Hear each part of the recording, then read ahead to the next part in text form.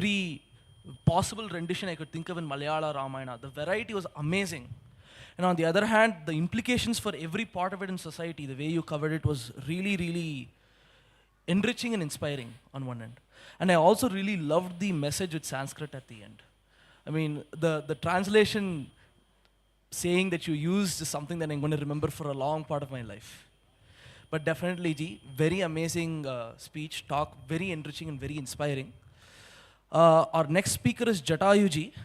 I kindly request Krishna Kumar Ji to introduce him to us. Sitaram.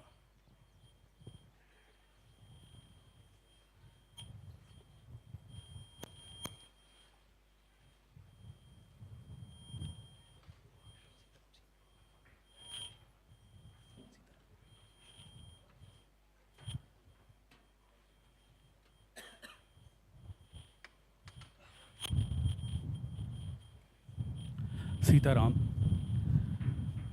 People's Ramayana, cultural voices cutting across castes and regions.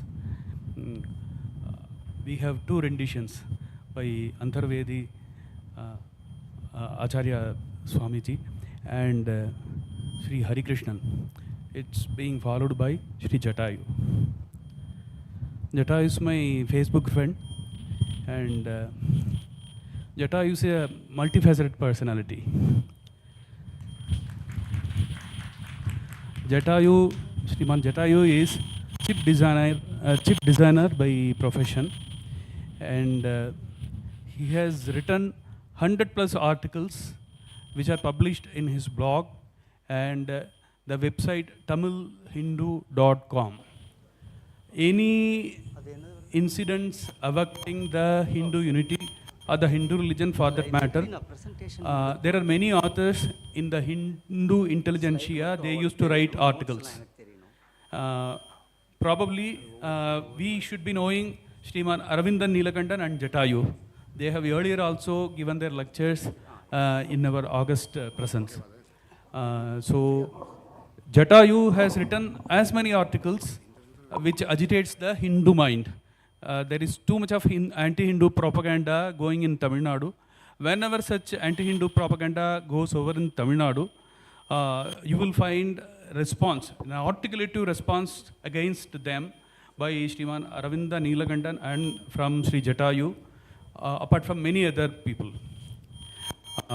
This is one of the foremost contributions by Sri Jatayu for the Hindu community. And Srimad Jatayu is very much passionate about Srimad Ramayana. He has chanted Sundarakandam with a simple translation, and he has uploaded that in the YouTube. And he is very passionate about Kamba Ramayanam. He has given many discourses in Kamba Ramayana. In fact, he has by-hearted as many poems of Kamba Ramayana to quote them verbatim in his lectures.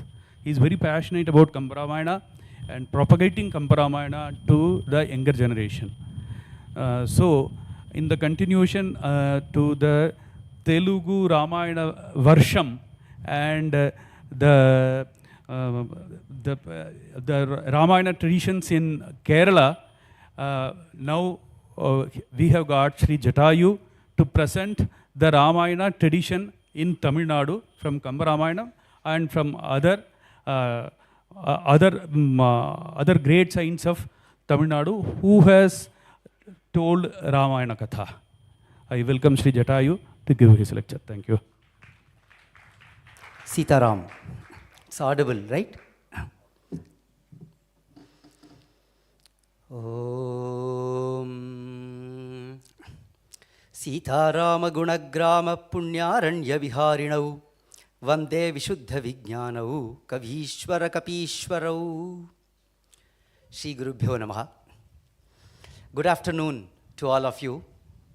So this presentation is now standing between you and lunch. So I will try to make it as interesting and as lively as possible, and you also have a visual presentation. So I hope which will keep you awake, and I will finish the presentation in about 45 or 50 minutes. So we will also have some time for question and answers. so that there is some interaction. So please listen with attention. So if you have any questions, I can answer them. So I have prepared my presentation very much accurately in tune with the title, The People's Ramayana in Tamil Nadu, Voices Across Castes and Regions. So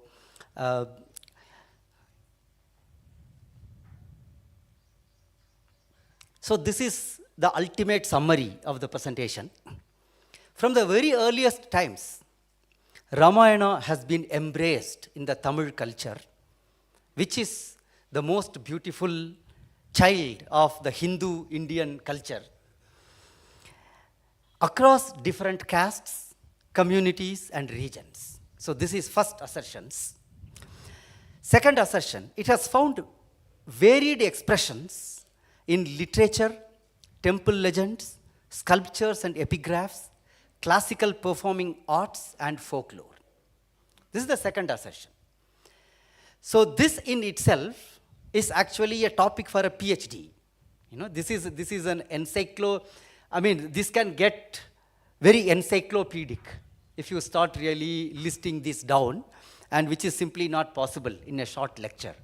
So what I am going to do is just give you some glimpses so that, which will make you interested in the subject, and also try to give some kind of a bird's eye view of the whole thing. Okay? So that's going to be the, so literature. So both the previous speakers predominantly focused on the literature, which is very natural. Because if you take any regional culture in India, it is strongly tied to language, right? See, that's why even the sessions are arranged based on the language. And Indian languages are the great vehicles of sustaining the Hindu Dharma and its message across so many centuries. Not many people in our country may know Sanskrit. In fact, if you take the total Hindu population, a very minuscule percentage only knows some Sanskrit. And even among that, only a micro miniature percentage which truly understand a complex Sanskrit text, like Gita. I mean, Gita is so popular, but I don't consider it as a simple text. Valmiki Ramayana is certainly simple, but not Gita. So, given this, it is the Indian languages which through their literature have sustained Hindu culture among the masses and also the classes. So it becomes very important whenever we study any aspect of Hindu culture, and especially Ramayana. So when we come to Tamil, it has a very ancient history.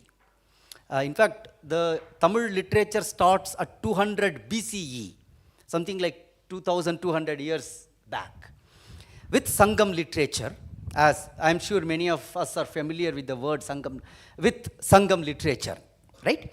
So the Sangam literature consists of 8 anthologies called Ettu Togai and 10 songs, which is called Pattu Pattu. So there are these 18 books, which are nothing but collection of poems on life, predominantly on emotions like love, war, ethics, family life, etc., sung by different poets. And the poets come from all strata of the society. There is a blacksmith who is a poet, there are kings who are poets, and there are erudite brahmanas like Kapilar, Baranar, Nakirar who are poets. So it truly represents a great, just like Vedic rishis. Actually, whenever I want to give example of Sangam literature, I just go to Veda. Just like Rigvedic rishis, there is so much variety. So are Sangam poets. And there are multifarious Ramayana references in Sangam literature, so many. And I am just giving one example of a poem from Purananuru. Okay, so here a poet called Unpodi Pasungudayar. So these poets, they used to generally knowledge, especially poetry, is always associated with poverty in Indian tradition. You know, there are many stories of kavis being in very daridra dasha and all that. So this poet is also very poor. So he goes to many kings, and some are very generous. And this Chola king, Ilanjay Chenni, he is very, very generous. He gives so much of gifts and wealth to this poet, which makes the poet very overwhelmed. And he takes it to the family, such a poor family. When it sees so much wealth, the family is bewildered, and he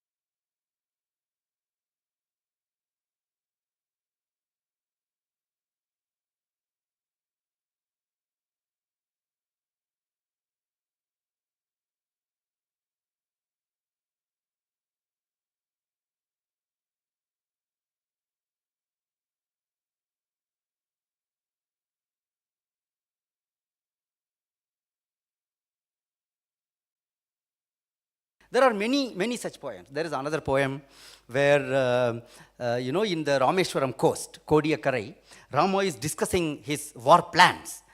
And the birds are making so much noise. And then Rama just lifts his hand and just says, "Oh," and then all the birds stop. So Rama's words are like Veda, exclaims the poet. So in many such poems, there are Ramayana references, very interesting. And one Purananuru poem which sings the glory of tapasya. So the poet says that the tapaswins who control all the five senses are more worthy of admiration than the householders. You know the name of the poet? It is Valmiki.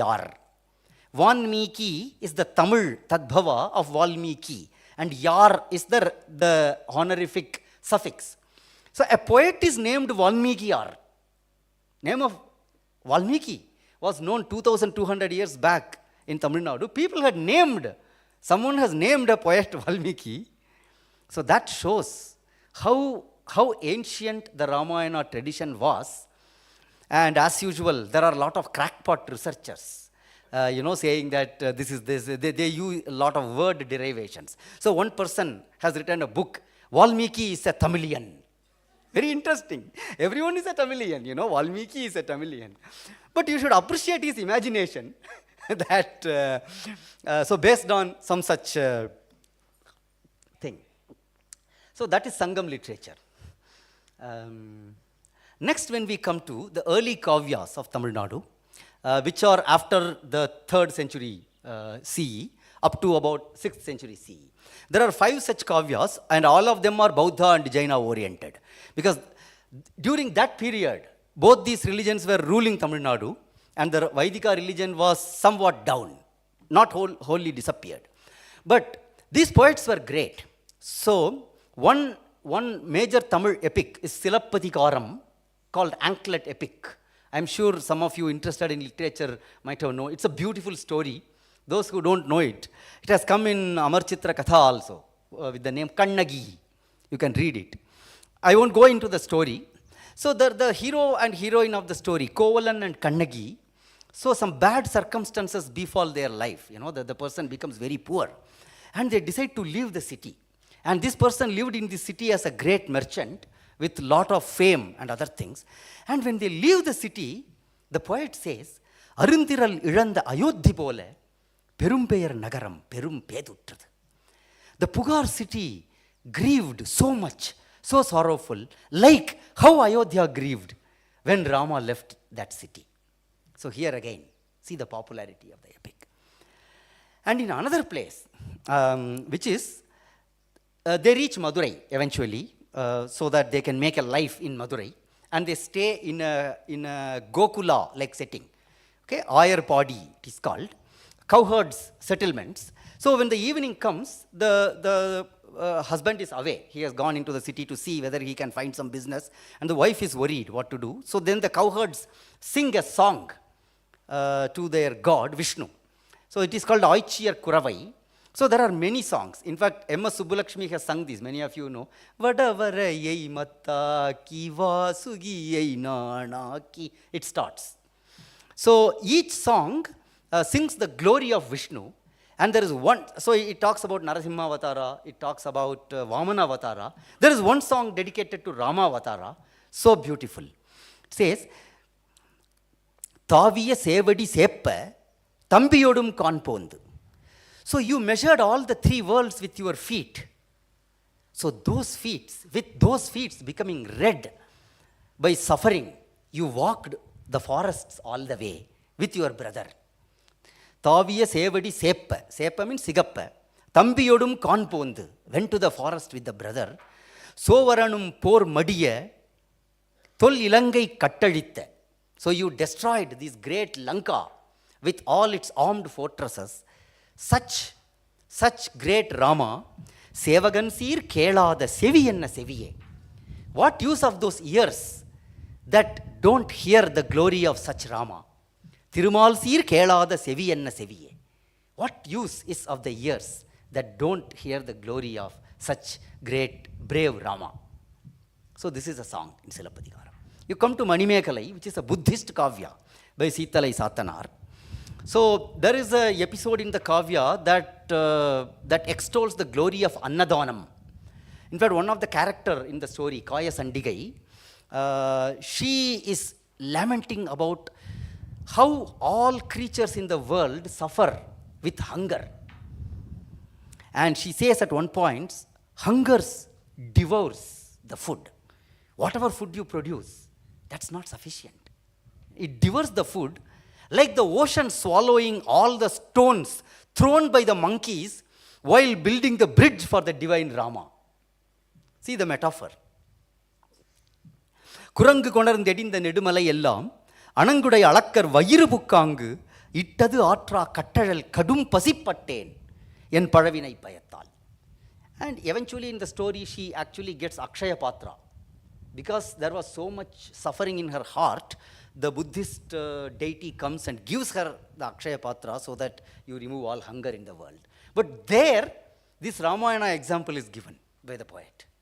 And in another episode, in the same epic, there is a debate going on. There is a Vada Vivada in a big assembly where people from different sects like Buddhists, Jains, Vaidikas, Shaivas, Vaishnavas, all of them come present their views. And there is one Tarkika who puts a logic. You know what is the logic? This is very interesting. Rama won automatically means Ravana lost. You don't have to say that again, right? So he gives this as an example. You know, a Tarka argument. மீட்சி என்பது இராமன் வென்றான் என மாட்சியில் Ravanan தோற்றவை மதித்தல். Such was the popularity of the Ramayana story. Then we come to Nalayira Divya Prabandham. As you all know, it's a sacred Sri Vaishnava scripture of 4,000 verses, sung by 12 Alwars, who, again, you all know, they all came from different communities. There are so many rich and evocative portrayals of Ramayana legends in the Divya Prabandham. And I'm not going to talk all of them. I'm just giving glimpses here, as I said. And some of these portrayals are very unique to the native Tamil soil. Okay? So that's what I'm going to highlight. The first one is from the Tondaradi Pudi Alvar. So we all know the story of how Skuril helped Rama to build the bridge. Now this story is popular all over India. There is a Skuril sculpture in the Rama Janmasthan temple in Ayodhya. Right? And you know, in Tamil, we actually have a proverb that some big work is undertaken, some noble work somebody is doing. and one person he is not able to help much, then he will say, na anil madri edavadhu seiyarene. Let me do something like a squirrel, he says. It has become so popular. And where did it come from? If you really trace the first instance of this story in the literature, it comes in the text Thirumalai by this Alwar, Thondaradi Podi Alwar. குரங்குகள் மலையை தூக்க குளித்துத்தாம் புரண்டிட்டோடி தரங்க நீரடைக்கலுற்ற சலமிலா அணிலும் போலேன். So the Alwar says, I am like that squirrel. The squirrel sees each monkey bringing a big hill and helping Rama. The squirrel is so small. And what it does, it just goes and rolls in the sand and then rolls into those stones. I am like this. Oh Ranganatha, the Alwar says. So this comes, most probably, this was a folk legend in Tamil Nadu. And Alwar picked it up and put it in his hymn, and it became so popular all over India. And the second instance is Kulashekar Alwar. So he was a Chera prince who was specifically devoted to Rama. And he was the first person to conceive the child Rama or Ram Lalla as a deity. Now, in this ashram itself, we sing his lullaby. Manupugal kosalaidan manivayiru vaitavane. It starts. And every one of the songs in this lullaby ends with talelo, talelo. So talelo means jojo, jojo. In every language we have some wording to put the child to sleep. So Alwar has sung this lullaby to the child Rama in the Tamil tradition. That is very important. It was a Tamilian who first sang lullaby to Ram Lalla, and we can be very proud of that. And the Alwar has another unique mental feeling which is very rare. We all know Nayaki Bhava, right? So when a bhakta thinks he is like the love of the Lord, and we have Dasya Bhava, we have Sakya Bhava and all that. Here this Alwar has a very strange bhava. He imagines him like Dasharatha. Okay, oh, what a mistake I did. I sent Rama to the forest. I cannot live. Like this he laments. Kanagame miga virumbi nee turanda valanattai turandu naanum vanagame miga virumbi pogindren. Oh Rama, you went to the forest. I can't live without you. I will go out of this world. There are poems of him like this. And the third Alwar is Thirumangai Alwar. And Thirumangai Alwar was from a warrior clan. It was called Kallar. Kallar also means wayside robber. But he was a chieftain in a very fighting spirit oriented warrior clan. And he has sung two dashakas, which are called Pattu in Tamil. One is called Kulamani Duram, and the next one is called Pongattam Pongo. Some very funny words. What are these? So both these are actually some dances. Where these dances are, so this is in the Tamil literary aesthetics tradition. It's in the Tamil Kavya tradition. So when the war happens, and the party that wins, okay, so they get onto the chariot, and they do one dance. That is called Venri Kuthu. Means like Vijaya Nritya. And the defeated parties, there are some people still left in the defeated parties. Okay, not everyone is dead. They also do a dance. What kind of dance is this? This is to indicate the winner that, oh, please spare us. We are lost, but don't kill us. So Alwar has imagined, these both are called Kuthu. So the Rakshasa armies, after Ravana is dead, there are still some Rakshasas are left. They are doing this dance in front of the Vanara army. Look at the imagination. So these are dances in the Tamil tradition, and these songs are very delightful. And Kulamani Duram means it is like tying some bells in your waist. The bells will sound, and do some dance, turning upside down, etc. Do some funny things to create some entertainment for the winner.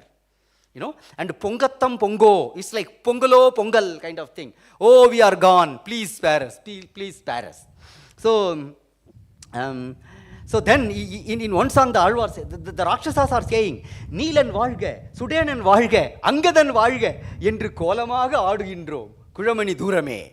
Then they say, Neela ki Jai, Angad ki Jai, Hanuman ki Jai. See, now we say this, please spare us. And so this is from the Tamil tradition. He has taken the Kuttu from the Tamil tradition and beautifully incorporated it into the Ramayana. And next we come to Kamba Ramayanam, which is the Tamil literary magnum opus, composed in the 12th century CE, very well known. I am not going to go into many details about this. For those who don't know how big is Kamba Ramayanam, it has 11,000 verses, not a small book. And you know the chandas that Kamban uses, it is called Virittam, which is 4-line. So it is twice the size of Anushtup Chandas. So Kamban's epic is as big as Valmiki's 24,000 verses of Ramayana. So to my knowledge, except I think Jagmohan Ramayana in the Odisha language, there is no other Ramayana which is so big. Ranganatha Ramayana, yes. Couplets, okay. So this is a great kavya. And it primarily follows Valmiki's Ramayana with very minimal and nuanced embellishments, not many side stories or other things. It's very important because Kamban, as I have mentioned, lived in 12th century, by which time Uttarakanda was very popular. Kalidasa had written it, Bhavabhuti has written it, and as I have put in the next bullet, Kamba's wide and deep erudition in both and Sanskrit and Tamil classics, philosophy and aesthetics are very visible. He is not like an ordinary folk poet or something, very, very learned poet. In fact, in Tamil we have a saying, Kalviyil Periyavan Kamban. Kamban is great in learning. He was not an emotional poet, a very learned poet. But he decided not to write Uttarakandam, which is very important. Because we call Kamban as Kavi Chakravarti in Tamil, and every other Ramayana writer did not write Uttarakanda, because Kamban did not write it. So that way Kamban provided such a glorious example. He exercised his judgment in not writing that later Kanda because he did not feel very comfortable with it. Okay? This is very important. And he lived in the Chola country and he belonged to a caste called Uvachar.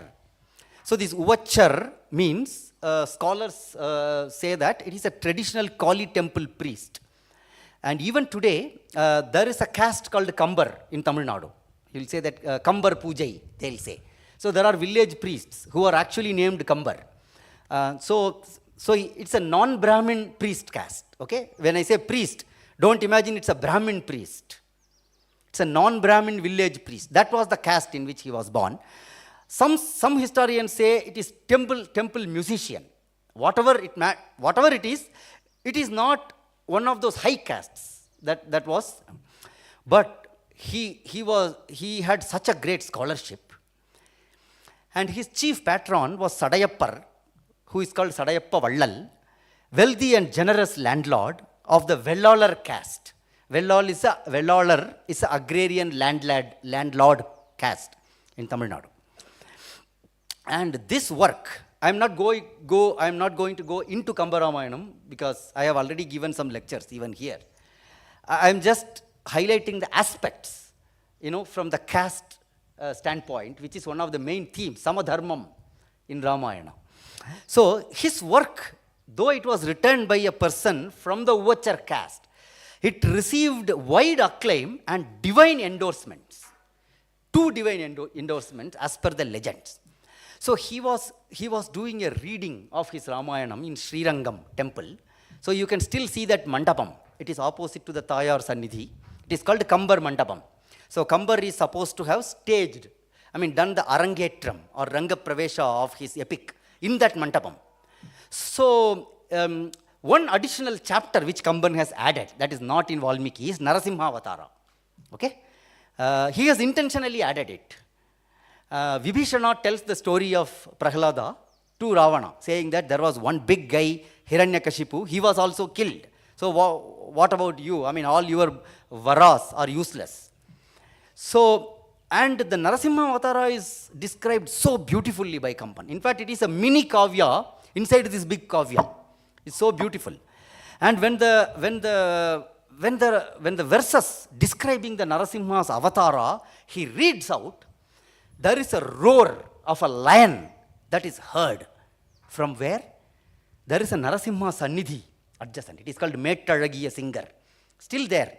There is a Narasimha Sannidhi, and a roar is supposed to have come from there for a few minutes, blessing the poet that you have my Ashirvada. This is one. The second, this is from the Vaishnava side. And when Kamban's work becomes so popular, the other scholars say, see, this is not enough. You have written such a big kavya. You have to get endorsement from Thillaivazh Andanar, which means the 3000 Dikshitars in Chidambaram, who are considered as a great authority.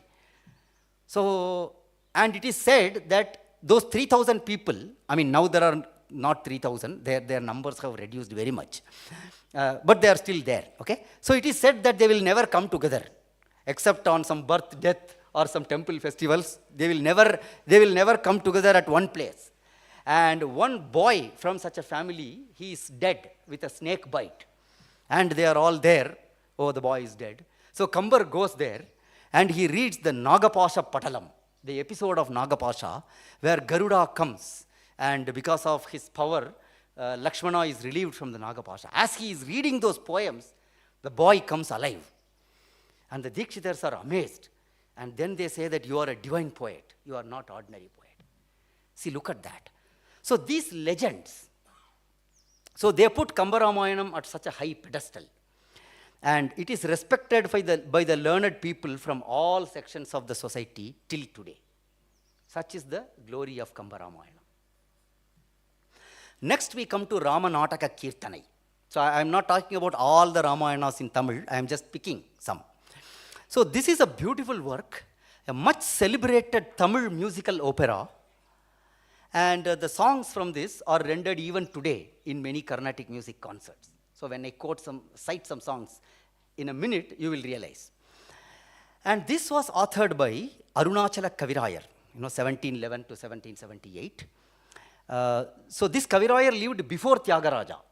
See, the musical form called Kirtanai was known even before Tyagaraja. Okay? So this composer, he is called Sirgali Arunachala Kavirayar. He is from the Vaishya caste called Chettiyar in Tamil. And his story is very interesting. He was a village money lender, Sahukar, what we say, pawnbroker. So he takes some jewels from the villagers, lends some money. He was doing that business. And once he went to the Dharmapuram Shaiva Mat and stayed there. And the Mathadipati was so impressed with his learning in Tamil, and he told him, you don't do this, you become a Tamil teacher. He asked him to come to Sirgali from his village Tillayadi. So he came there, he started teaching Tamil. And two Brahmana music vidwans, Carnatic music vidwans, came to him and requested him to write Ramayana Kirtanas, knowing his Tamil prowess. He immediately took it upon himself and then composed this opera. Okay? And those vidwans, Venkataramayar and Kodandaramayar, so they sang his kirtanas all over the Tanjavur, Kumbakonam area, and that's how they became popular. And these kirtanas are deep in emotion and meaning, and they abound in many lively and sparkling phrases and metaphors used by common people. And this is a musical adaptation of Kamba Ramayanam, you can say. There are 250 plus kirtanas. It's a 400-page book. Not a small work. Okay? And many of you may know, some of the Tamil people may know these kirtanas. Yappadi manam tunindado sami vanam poi varugireen endral idayerkumo bhumi. This is Sita telling Rama. Rama says, oh, I am going to the forest. You be here, take care of your mother-in-laws and all that. And then Sita's reply, how dare is your heart to tell me that you are going to the forest? Will this earth bear this? Whatever you just told me? See, she uses the word Sami. So now some Vidwans are singing it as Swami. But if you read the book, it is Sami. which is how even today, some Tamil, some communities, the wife call the husband as Sami, like that. And in old Tamil movies, Swami, we have heard that. So he has put that expression in the Kirtanam. And then she further says, Karumbu muritar pola sollalachido. You are breaking my heart like people break sugarcane. Vartayal kollamal kolle. You are killing me with your words. Irumbu manam undachidallo. Has your heart become iron, O Rama? Like that she says. And then there are other Kirtanams. This is the Kirtanam where Hanuman declares him as a Ramaduta in Ravana's court. Ramasa miduta nanada. Ramasa miduta nanada. Nanada yan peranuma nada. Adada adada adada adada adada adada adada adada Ramasa miduta nanada. Those you know, this ada means hey, like that. Da. In Telugu it is there ra. Right? So that's how Kavirayar's Hanuman talks to Ravana, so appealing to the common people. And then the other Kirtana, Sharanam Sharanam Raghurama, where the Samudra Raja comes after making Rama wait for 3 days. He comes, and then Rama gets angry. Samudra Raja says, oh Rama, you are a king. I am also a king. You understand the problems that kings face? You know, in some region of the ocean, there was a big fight between two fish groups. Matti மீன் ஒன்றோடு ஒன்று மல்லாடி அவர் பூணும் வழக்கு தீர்க்க போனேன். You know, I was called to settle, make them, make peace with them. That's why it took 2 days for me. இதற்கோ உன் மனம் கோணும். எட்டும் ரெண்டும் தெரியாத எனக்கு இத்தனையோ காணும். என்ன பிழை செய்தாலும் நீயே பொறுக்க வேணும். I don't even know the difference between 8 and 2. You know, such fool I am. I am just a sea king. So please pardon. Such beautiful expressions. And when Hanuman reports Drishta Sita to Rama, Kamban says, Kanden Sidayai. Sa Sita, Drishta Site. Sita, Valmiki says. But Kavirayar says, Kanden, Kanden, Kanden. Sitayai, Kanden, Raghava. He uses 3 Kanden. You know, so you will actually be in tears if you read if some very good Vidwan sings these kirtanas with emotion. It moves you in. And he even takes from Valmiki. I was astonished. Panikala varijam pola niram kusi, she says. The lotus that got withered in the snow. That is Valmiki's expression. He has put it in his kirtana. Panikala varijam pola niram kusi. Yes. So such erudite Kavirayar. And this play was very popular in the 18th, 19th centuries. Now nobody stages this as a drama, but it is there in the Carnatic concerts. And when it was staged as a play, people from different castes enacted the role of the characters. So there is an anecdote which Tanjavur Swaminatha Atrayar has recorded. So Tyagaraja, he goes to some place. So he gets some sanmanam. So there is some bhajana program, some things. He sings some kirtanas. He is given some shawl or something. And on the way back, in Bullakar, Tyagaraja is coming, some sounds are heard.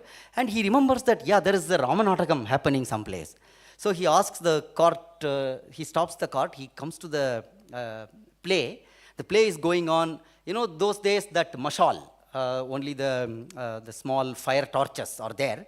Nobody notices Tyagaraja sitting, and the Ravana Vadha happens. Rama is very tired after fighting. Somebody brings a stool, and then the Rama sits there.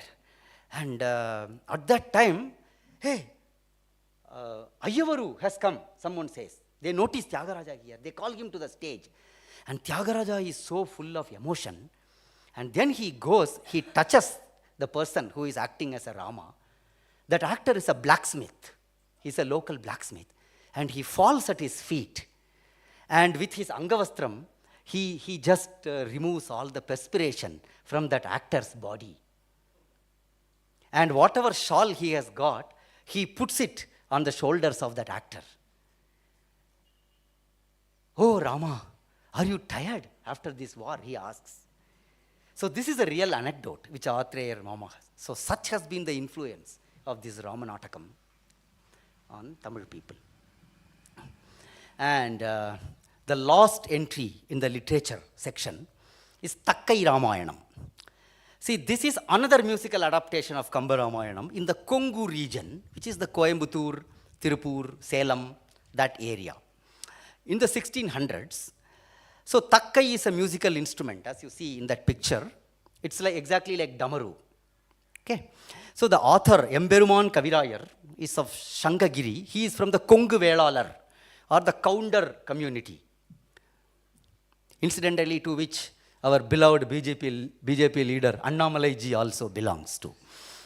So this Emberuman Kavirayar was a revenue officer, and from his work we know that he is very well versed in Sanskrit and Vedanta. And he was patronized by the Kongu ruler Nallathambi Gangeyan.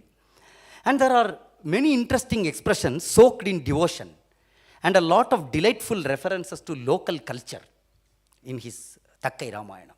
So he just describes the route in which Vanaras are searching, and suddenly they enter the Kongu country. Okay? And they search in all the hills of the Kongu region.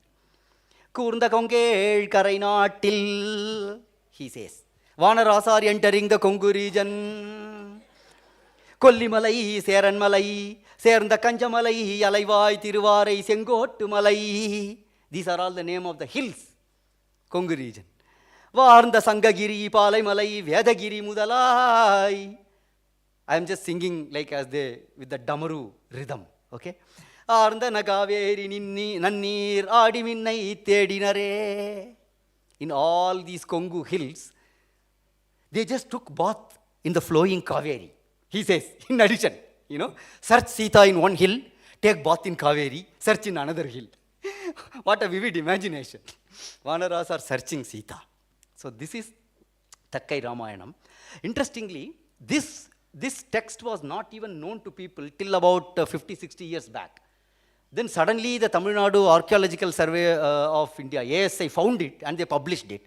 And the only surviving manuscript, it was preserved by Shantalinga Veera Shaiva monastery in the Kongu region, not in any Vaishnava mutt. Very interestingly. And many of the Kongu Velalar edicts and copper plates, still, the old ones, they start with Sri Ramajayam. So that shows the influence of Ramayana in the Kongu region. Okay. The remaining sections I will cover a little faster because there is nothing much to discuss here. Legends and sacred geography. So when we come to sacred geography, this is a term which is used in a lot of academic writings to denote two Sthala Puranas. Okay? So every region of Indian subcontinent, they have association with Ramakatha. Tamil Nadu, no exception. So where Jatayu Ravana fight happened, there are some 25 places. So Nashik in Maharashtra, Lepakshi in Karnataka. So he said some Jatayu Para in Thiruvananthapuram, like that. So this just shows the attachment of people to Ramayana. You shouldn't look at it in some very history, geography perspective from a very accurate lens. So Tamil Nadu has many such sacred geography things. The foremost, all of you know Rameshwaram, the Ramasetu, Dhanushkoti and Tirupullani. Tirupullani is Darbha Shayanam, where Sri Rama was lying on the Darbha grass for 3 days, waiting for the... And these sacred spots are very old. There are references in Skanda Purana about these places. And there are references in Tamil Bhakti literature. The Shaiva literature, Tevaram, talks about these places. And then, in the entire east coast, from Nagapattinam all the way to Rameshwaram, there are Kodiyakkarai, actually. Kodiyakkarai is just another 80 kilometers down from Nagapattinam. That entire east coast, there are so many small shrines, Ramapada. You go to any coastal village, they will say, sir, there is a Ramapada shrine here. Such is that whole coast, they think that Rama's footprints are there. And I told you the Jatayu Moksham. So 3 towns in Tamil Nadu itself. Tiruputkuri near Kanchipuram, Vaidiswaran Koil, which is a Shiva Kshetra near Kumbakonam, and there is a Jatayu Tirtham in Tirunelveli. 3. So in all these 3 places, they say Jatayu Moksham happened. And Kanyakumari district has some very interesting phenomenon. There are many towns. There is no Sthala Purana, but the name of the town itself has a Ramayana connection. So, Villukuri means mark made by the bow. Will means bow, Kuri means mark. So, they said that while going to the coast, Rama put his bow there, and there is a wet sand, so the mark of Rama's bow got imprinted here. So, this place is called Villukuri. There is another big rock. There is actually a series of rocks. One big boulder, one small boulder. It looks like some huge human lying around. That is called Takai Malai. When Rama killed Tataka, she fell and she became like this hill. Okay? There is another hill, Marunduval Malai, which means the hill where medicine lives. What is this hill? So, actually the hill has some very rare medicinal herbs still. And even some siddhas and yogis live there actually. There are caves in the hill. And so they say that when Hanuman was carrying the Sanjeevi Parvata, one piece fell and that became this hill. So those of you who are visiting Kanyakumari, visit this hill which is beautiful, Marunduval Malai. So there are so many places. In fact, one person has written a book. Anna was talking to me a few months before that. He says that the entire Ramayana happened in Tamil Nadu, including Rama's birth. You know, there is a place, Ayodhya Pattinam. so much, the Sthala Purana has really gone to some very excessive mode. So that is sacred geography. Next we come to legends. So there is a pan-India tradition of many royal dynasties and warrior communities identifying themselves with Rama's lineage. Okay? So if you go to Kachwahas among the Rajputs, they say that we are descendants of Rama. And Guru Gobind Singh, right? So Bedhis and Sondhis, so they are the descendants of Lava and Kusha. So there has been this trend among Kshatriyas primarily. So Tamil Nadu is no exception. So the Chola kings, they proclaimed themselves as belonging to Surya Vamsha, which is Rama's dynasty. They included Raja Shibi among their ancestors. He is called Sembiyan in Tamil. They even gave him a Tamil name, Shibi. And Pandya chieftains. So particularly after the Pandyas are generally Chandravamshis, because Chola took Surya Vamsha. So the Pandyas said, we are Chandravamshis. But after the 12th century, when the Pandya kingdom was completely disappeared, some were left. You know, the dynasty was not fully rooted out. They established another small kingdom around Tenkasi, not Madurai. So those kings added Rama to their names, like Ativira Rama Pandyan, a very noble king, also a poet. Varaguna Rama Pandyan. So before Pandyan, there is Rama in all their names. And Vanniyars, a prominent community in the northern Tamil Nadu, they claim themselves as Kshatriyas, coming in the lineage of Rama. They have something called Vanniya Puranam. See, just like there are Puranams of Vishnu Purana, Agni Purana, many jatis have their own Puranams. Right?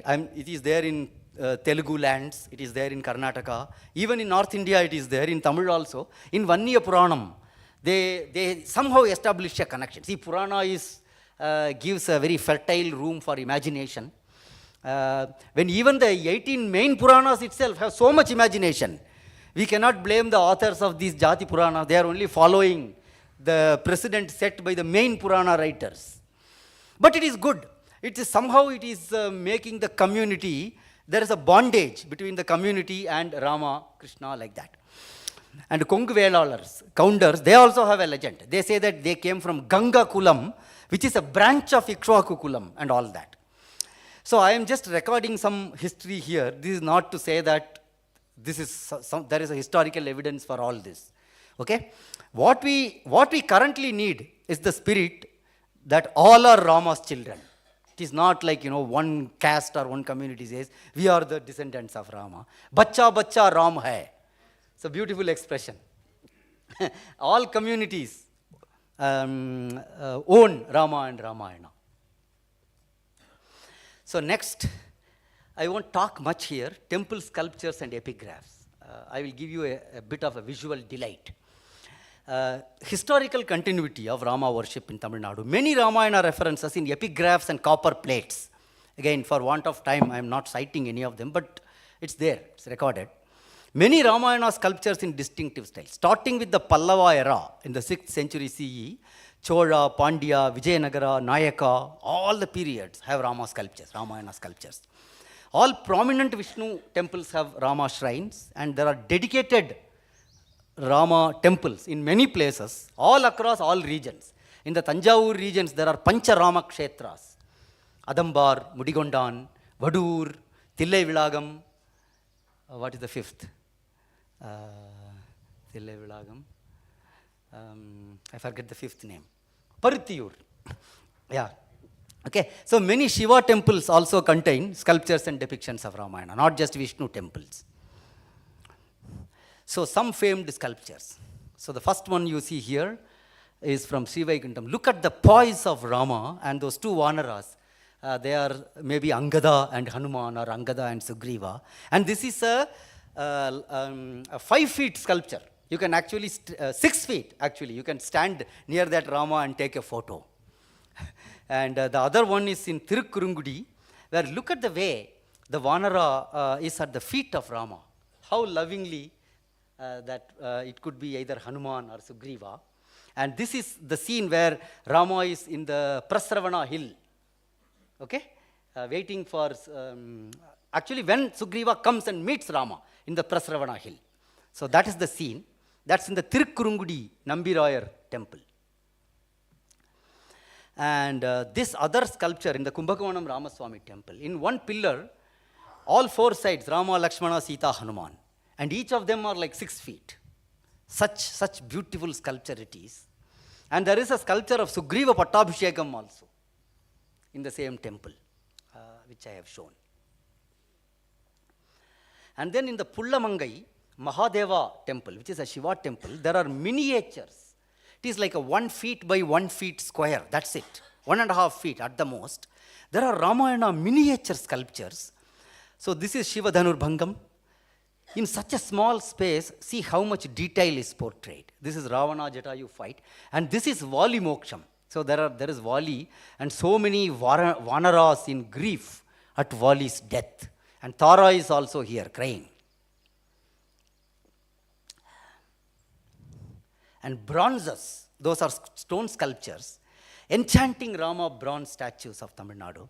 So Rama statues with unique aesthetic features and distinctive postures. The Tribhanga posture of Ramayana, you see, is very unique to Tamil Nadu. Nowhere else in India you see that. The master Shilpi who conceived it, he was a genius, great Rasika. 9th, 12th century, and many worshipful murtis. So here you see the Pancharama Kshetra murtis actually. This is Thillai Vilagam. Look at the majesty of Rama here, Sita, Lakshmana, and this is Adambar. And each Rama's face expressions. So one has Gambhirya, one has Madhurya, one has, of course, we have the famous Vaduvur Ramar, where Saundarya is his characteristics, you can say. And this is Paruttiyur.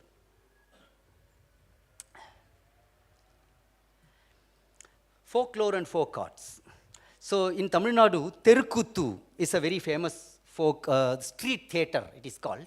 But Mahabharata is a more popular folk theatre form. Actually, Mahabharata is much more popular than Ramayana in Terukuttu because it is associated with this Draupadi Amman temple.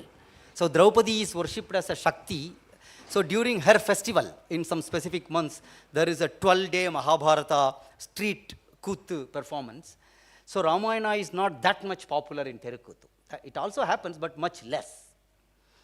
And the Mahabharata has more Veera Rasa in Bhima, etc. So that's what is popular in Terukuttu. But there are other forms like Villupattu, the bow song. So this is, it was a very popular folk art form till a few decades ago, but almost near extinct now. So Subbu Arumugam was a legend. He passed away, and not many people.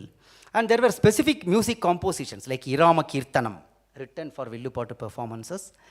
And one, the author of that is Pandaram Thiruvanandam. He was from a Shaiva Vellalar community in the Travancore region. And there were many other such compositions like Ayodhi Kadai, Ramar Vanavasam, Vali Vadai, etc. So I think this folk art needs to be revived, because it is connected to bow, which is connected to Rama. So one folk researcher was telling me that the Villupattu itself was actually created to tell the Ramayana story. Ramayana is the most popular story told in Villupattu, just like Mahabharata in Terukut. And Tolpavai Kuttu is another leather puppet show where Ramayana stories are very popular. So this again a folk art form specifically created to tell the Ramayana story. This became popular in southern Tamil Nadu with the migration of Telugu communities like Naidu and Nayakar. They are the ones who predominantly do these leather puppet shows here. And this is performed over 10 days in villages. And the songs sung during the performance remain oral tradition. Just like the previous speaker mentioned, they were never written down. So,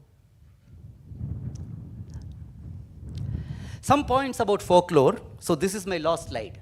Okay, so be prepared with your questions after this. So Ramayana folklore and art forms narrate a myriad set of strange and exotic stories. Not just Ramayana, anything in folk is like that. Many of them not part of any known Ramayana text. So they are created in the imagination of the village folks, often connected with their joys, sorrows, frustrations, etc. But they use Ramakatha as a medium to express that. So some of these stories are virtuous and devotional. The squirrel story, which I described some time back. And there is another story in the Tamil folklore where Hanuman eats the remnants of what Rama had eaten, Uchishta. So it's a great bhava of a Bhagavata. Alwar also mentions this in one of his verses. So this is there in some folk Ramayana story, but that is very good. And there are some of the other ones have perverted and deliberately spiced up concoctions. So they are reflective of the weakness of the ordinary human minds that create these stories, like the Shurpanaka taking revenge, these kind of stories, you know, and Sita being the daughter of Ravana, and then Ravana puts her in some box and sends her, and all these masala stories. So Tamil folklore studies, so this is the last 3 bullets are very important. It is in touches something which the previous speaker said. So far dominated by academics with Marxist or Christian missionary outlook. So all the folklore departments are taken over by them already in Tamil Nadu. Okay, the Palayankotai one is very popular. All the published material on this subject, they portray the folklore as a revolt against Brahminical upper caste hegemony or oppression of women. They claim that some of the denigration of Hindu divinities, like showing Rama in poor light, showing Hanuman in poor light, so these are done without any sense of reverence by the village people deliberately. So they are against the Brahminical hegemony. This is how this research try to establish, but totally suppressing many dharma aspects and the devotional aspects which are also there in the folklore. It is a mix-up, basically. It is not only that. So there is an urgent need to study these things afresh with reinterpretations, bringing out the harmonious and sacred aspects that form the basic bedrock of this folklore, despite the distortions and perversions. So this is a thing. And with that, I end my talk. Sri Ramajayam.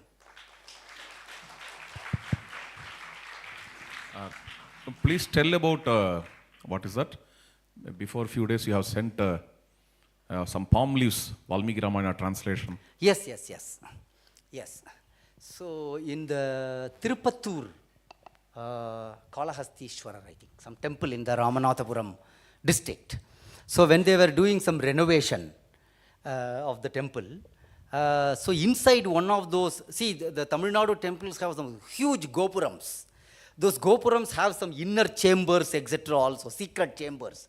And in one of the gopurams in Tirupattur temple, they found a big stack of manuscripts, like 200-year-old Tamil translation of Valmiki Ramayana. So they have got Bala, Ayodhya, Aranya, Kishkinda, half Sundarakanda. The remaining portion manuscripts are not found. Complete translation of Valmiki Ramayana in Tamil, done by a Vellalar scholar. So similarly, some 2 years back, another news came in Vaniyambadi. When somebody was digging the field, they actually found a Tamil translation of Valmiki Ramayana again, which was done by a Counter poet, Kongu Velalar poet, 250 years old. So still a lot of things about Ramayana in Tamil Nadu.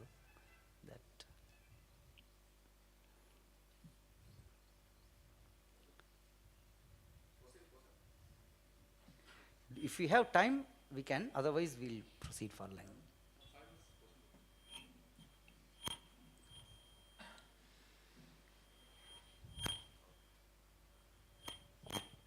Sitaram, thank you. You covered quite a few aspects. I was very curious about some of these Kongu Velalar kind of stories. Is that continuing in the last 100 years or so? I mean, what is the changes happening? Do they even know that these things they have?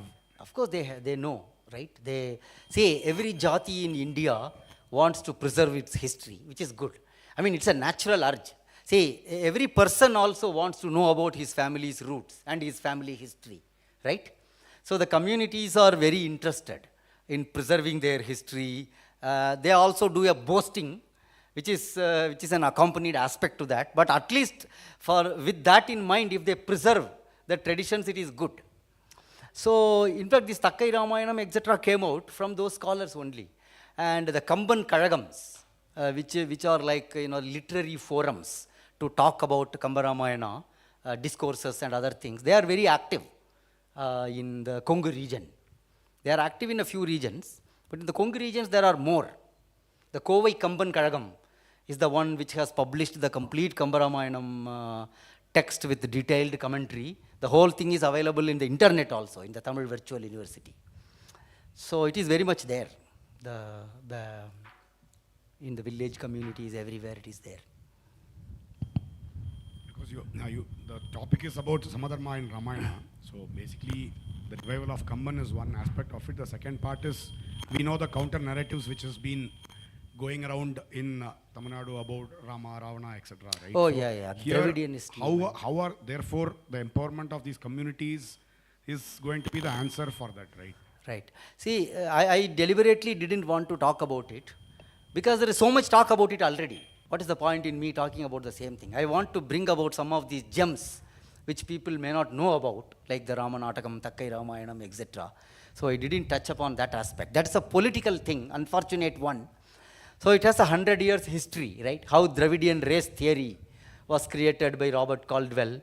They attempted it in all southern states, all over India for that matter. But it clicked in a few places, right? It clicked in some tribal regions where they said that tribals are different race and others are different race. It even played a part in Christian conversion of tribals, etc. In Tamil Nadu also it clicked. We should say it clicked now, because even after 100 years we are fighting it, right? There is no point in saying that it didn't, it got diluted. That is true, but it is not gone. Unfortunate political development. And even when this was happening, again, if you really read the history of the Dravidian propaganda, even when so much anti-Ramayana propaganda was going on, many Tamil scholars, they were opposing it. In fact, the Kamban Kalagam itself was started as a reaction to the Dravidianist propaganda. It didn't exist.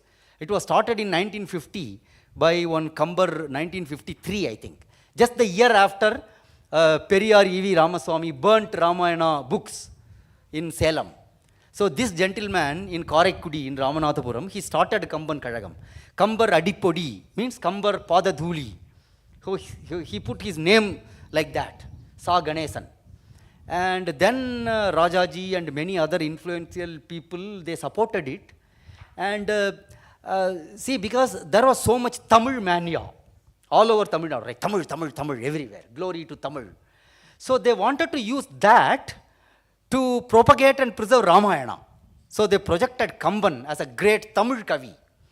What Kamban has written ultimately? It's Ramayana only. He has not written the story of Annadurai or Periyar or Stalin. What he wrote is Ramayana. So there is a negative propaganda, and there are reactions to it, and it goes on.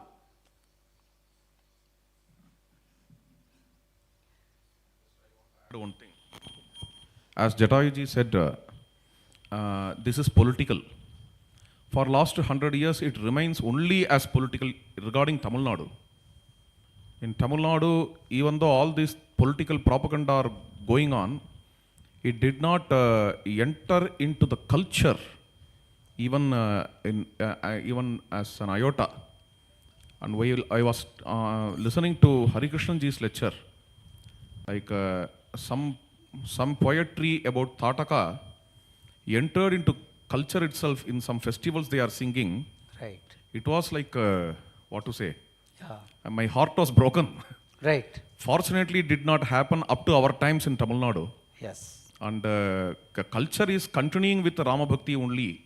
And they are very clear about it. Absolutely. See, in Tamil Nadu also such things were done. In fact, there was one Ravana Kavyam written by one Pulavar Kudandai, which is a complete ulta of Ramayana story. And it was even included in the textbooks. In the 19th, when I was studying in my 9th or 10th, it was there in my Tamil textbook. Horrible. It was portraying, but now everyone has forgotten what was that stupid Kavyam and what was that poet. But Kamban's glory is reigning like a sun shining in the Tamil literary sky.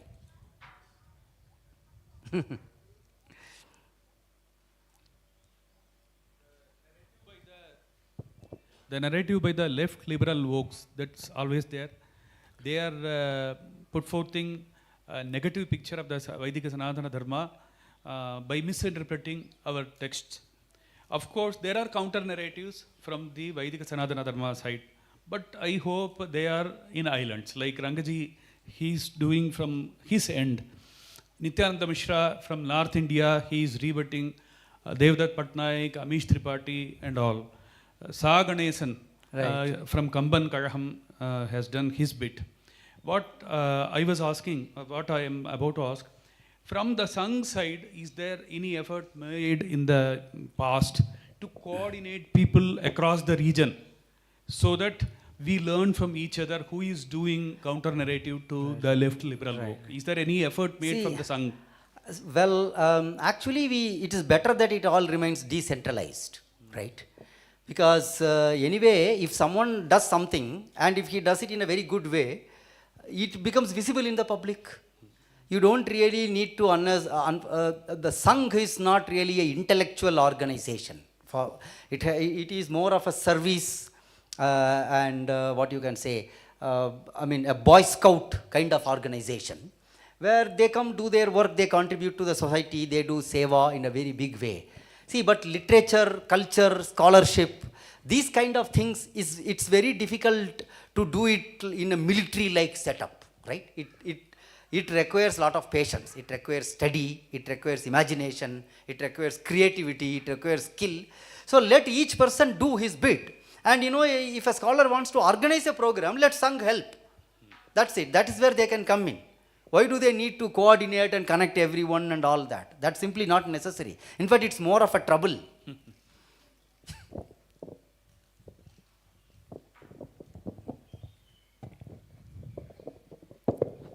Sitaram. I have a question which is related to Ramayana and science. You were talking about various places. One was Tirukkurungudi. I was just recognizing that there is Mahendragiri nearby, where we all know that Hanuman had a takeoff from there. And it has been preserved in the folk that this is where Hanuman took off. And anyone in ISRO or someone who would have known this folklore or they know Ramayana, have they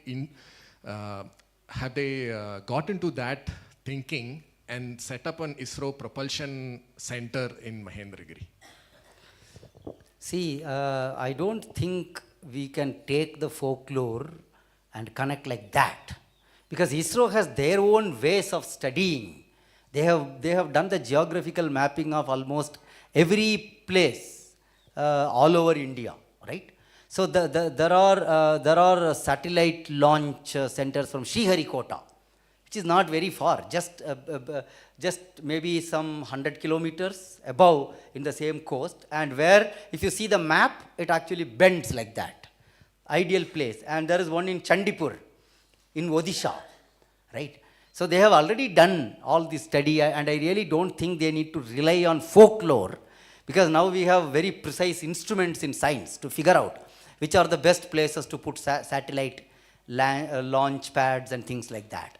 So the Ramayana connection remains a sacred geography. We should leave it at that. But by the way, if you just visit that region, there are so many windmills. So Vayuputra took off from the Mahendragiri, and the Vayu Shakti generation, the whole highway is filled with windmills, because it is the winds there are supposed to be very conducive for electricity generation. See, isn't that a beautiful thing? Yes. I think that is where I have seen windmills, the maximum windmills anywhere. Yes, yeah. Thank you. Thank you.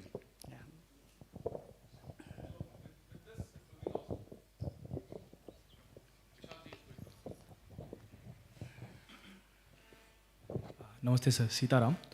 First of all, very thank you for this nice lecture. So, I was reading some of the historians like Grierson. So, in context to development of worship of Ramachandra. So, he said that like people knew Sri Ramachandra like from ancient times, and many kavyas were being written, and like you talked about Sangam literature and all that. But he said that Rama Bhakti, especially worshipping Sri Ramachandra as Bhagavan, Parabrahman, it has started from like around 11th century or 12th century. So I wanted to ask you that, do we find like some inscriptions or some evidences like, in older It's absolutely text? untrue, right? Yeah. See, the Silappatikaram Yes. is dated by the scholars Yes. before 6th century, certainly. So some people say 4th century, some 5th, some 6th. But nobody places it after 6th century, because the post 6th century, the Jainism had almost gone from the popular royal patronage in Tamil Nadu in a big way. Yes. And even the internal evidence in Silappatikaram points to that, okay? So, at least from 6th century, we have a very solid evidence from Tamil literature. And Silappatikaram talks about Rama as God, Vishnu. See, it says, what you say, seviyanna seviye, what use is the ear that doesn't listen to the glory of Rama? And so literary evidence is even older. In fact, if you take even Sangam poetry, places Rama as God. So that is 200 BCE to like 300 CE. Okay? So the literary evidence is that by 6th century, the Pallava edicts actually mention Rama as God.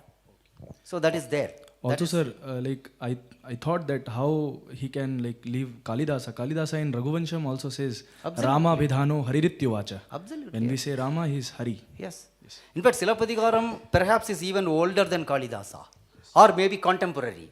But Sangam is definitely older than Kalidasa, and that place Rama that emphatically mentions Rama as divine, or God, or Vishnu.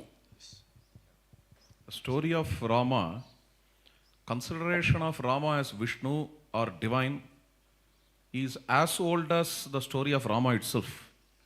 Because Valmiki considers Rama as the divine. That is, etad taduktam avyaktam aksharam brahma samhitam. Rama is akshara brahman, says Valmiki in Yuddhakanda. Bhavan Narayano Devaha. Today morning we started this conference with that. Shimans Chakrayudo Vibhu and Aksharam Brahma Satyam Cha. Throughout the epic, there are many verses where Valmiki shows Rama as the divine incarnation, and after Valmiki, the one who narrates Ramayana is Mahabharata's author, Ramopakyana Parva. There also, he considers Rama as a divine incarnation. Following that, all other texts also come. One more thing to add. Regarding Rama, uniqueness of Rama is, even though these great writers like Valmiki or even Vyasa, they accept him as divine incarnation, they enjoy his manushyatva. The aesthetic sense is attached to that manushyatva. And see, that confusion may come. Valmiki did not consider him as God. Kamban has considered. This kind of ideas may come.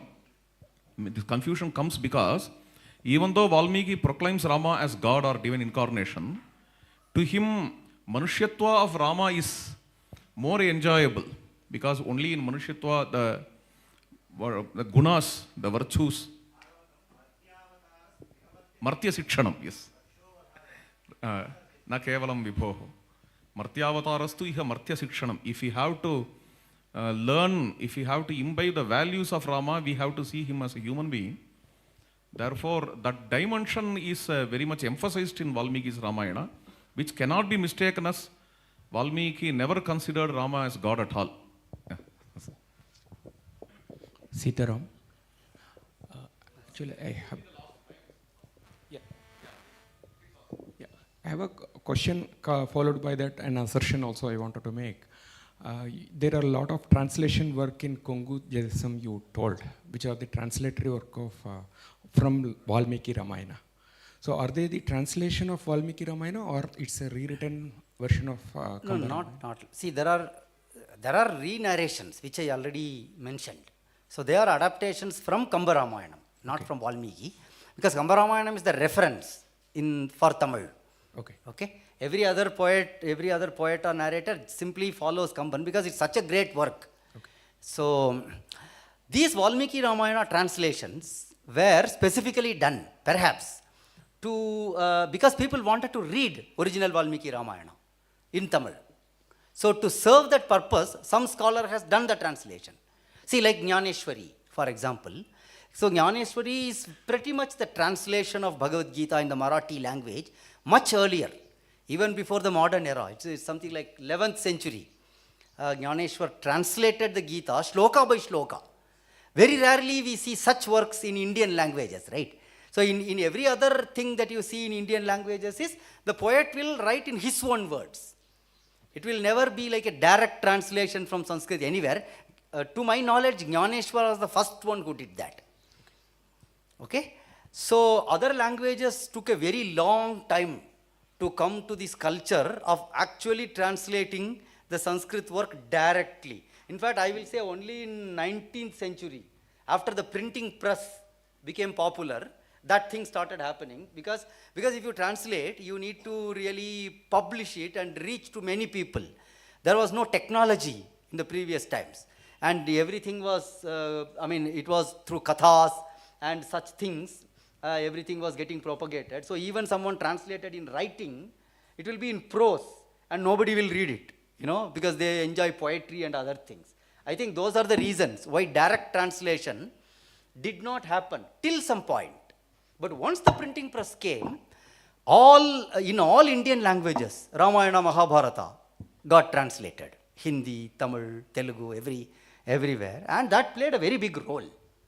Because now people can hold a book and read the original. Thank you. Sitaram. Sitaram, now there is only 2 minutes standing between all of you and lunch, and I don't have a visual presentation, so this will be fast. 2:30, we will start again. I do have some questions for Jatayu. I'll ask him that later. But 2:30, we'll start again with one more entry into the voices of Ramayana. We have Karnataka left. And after that, we have 2 of our own students presenting for Valmiki Ramayana. So we'll see that at 2:30. Sitaram.